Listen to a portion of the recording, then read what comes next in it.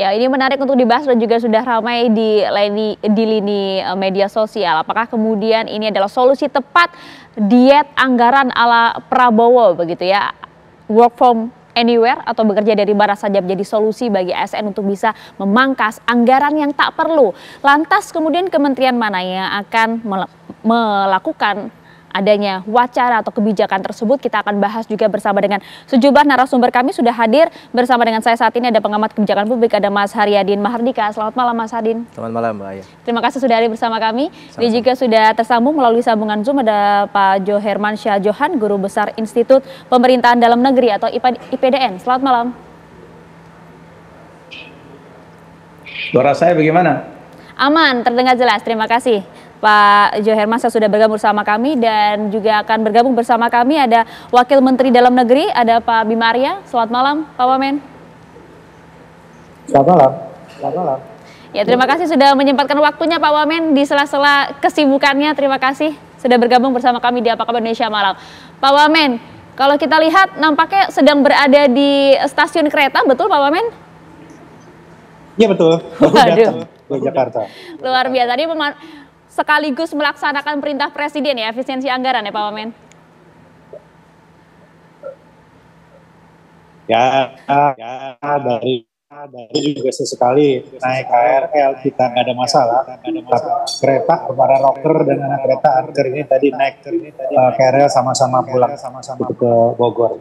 Lumayan. Seru juga. Seru juga. Jadi percontohan juga. Namun yang kemudian menjadi perbincangan kan adalah apakah kemudian ASN yang kemudian akan dilakukan kerja selama 2 hari di mana saja dan juga 3 hari bekerja di kantor ini merupakan solusi yang cukup efektif. Kami akan bertanya dulu ke Mas Adin. Menurut Anda seperti apa Mas? Apakah ini kebijakan yang efisien dilakukan saat ini?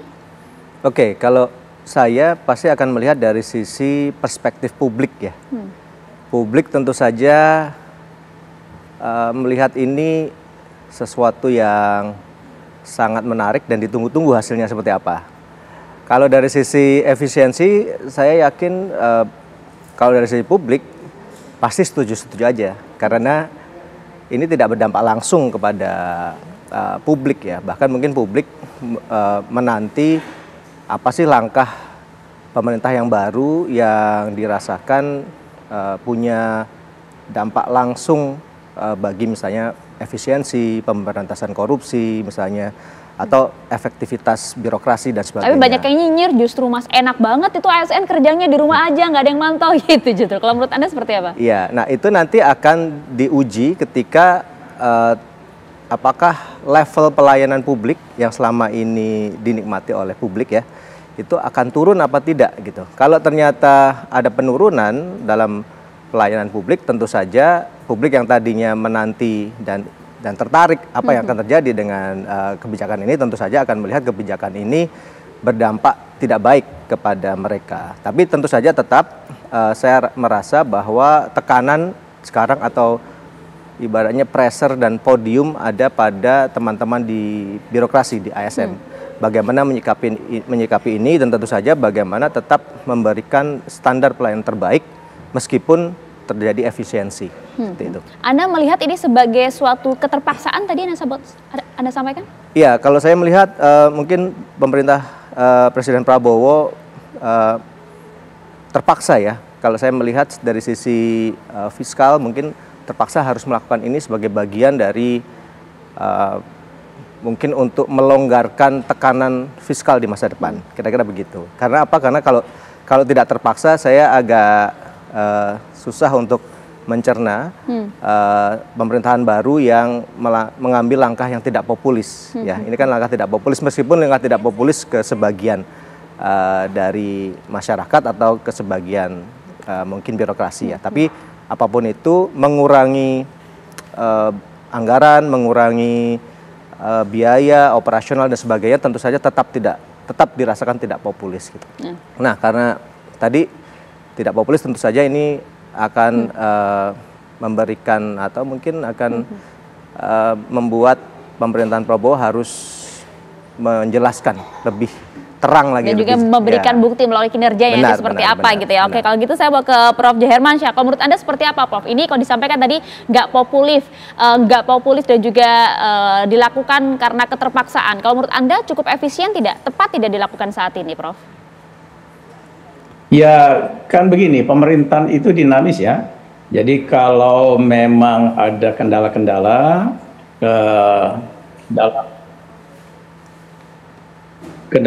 dalam pelaksanaan kebijakan, maka pemerintah bisa saja mengambil prakarsa, mengambil cara-cara yang membuat yang penting adalah penyelenggaraan pemerintahnya tetap deliver gitu ya. Jadi pelayanan publik atau kegiatan-kegiatan aktivitas sehari-hari di kantor bisa tetap berjalan. Nah, kita kan memang bukan baru sekarang mengalami model work from anywhere ini. Ya, kita COVID dulu sudah pernah.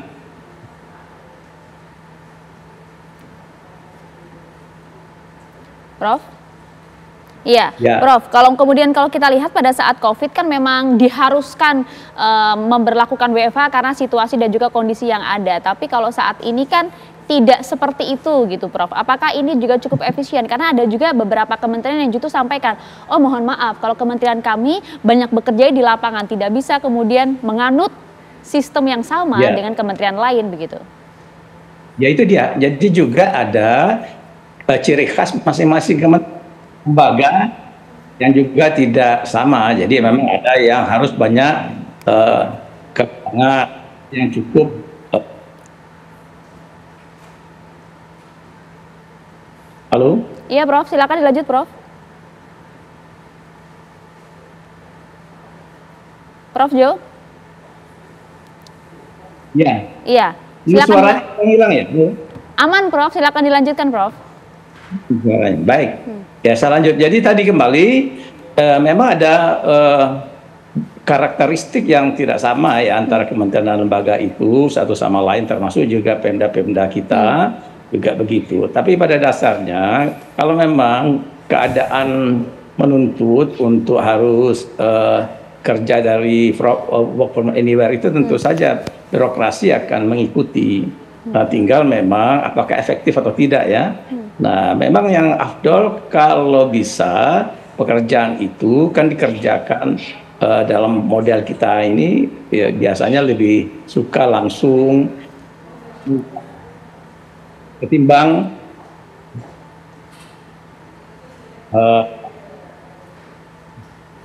pakai digital,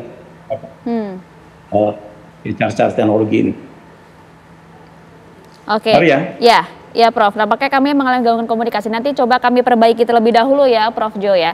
Kalau gitu langsung ke Pak Bima Arya sudah bergabung sama kami. Oke, kami akan perbaiki juga komunikasi kami. Tadi disampaikan bahwa ini sebenarnya memang tidak semua kementerian bisa melakukan ini.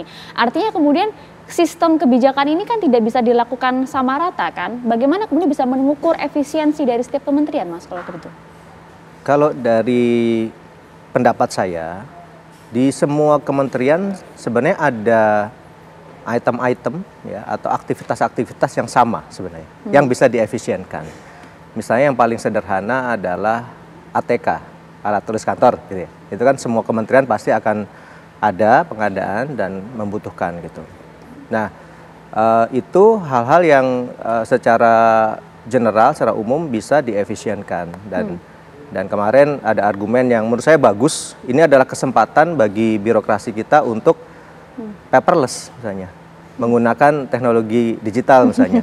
Ini kan kesempatan. Artinya itu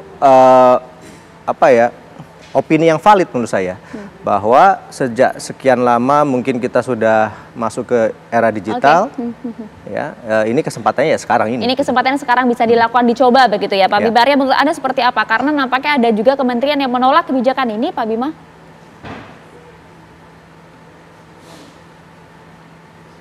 Pak Wamen. Ya Pak, kurang jelas. Gimana? Iya Pak Wamen, kebijakan ini apakah cukup efisien dilaksanakan saat ini? Karena juga ada beberapa kementerian, saya sebut saja Kementerian PU yang menyebutkan, wah kalau kemudian di kementerian kami tidak bisa, karena kami bekerja di lapangan, kami tidak bisa menganut sistem yang sama seperti itu.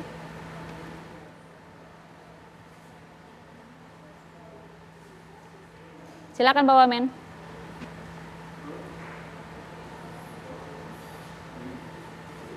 Ya, saya kira saat ini semua masih dalam proses rapat-rapat konsultasi sesuaikan dengan Kementerian Keuangan dan format APBN seperti apa yang targetnya bukan hanya sebetulnya persoalan-persoalan efisiensi saja ya pemotongan, tetapi yang mandatori pelayanan publik yang utama pelayanan dasar itu harus terus berjalan. Jadi saya kira sekarang masih dalam fase itu menyesuaikan antara mana yang dihemat dibuat lebih efektif efisien karena pemborosan, mana yang tetap harus jalan demi kegiatan-kegiatan sifatnya mandatori atau pelayanan dasar. Ya, saya kira itu, dan Kemendagri juga masih menunggu dari Kemenpan RB keputusan seperti apa untuk sistem bekerja, itu belum ada ke sana. Nah, semuanya saya kira masih berproses ini.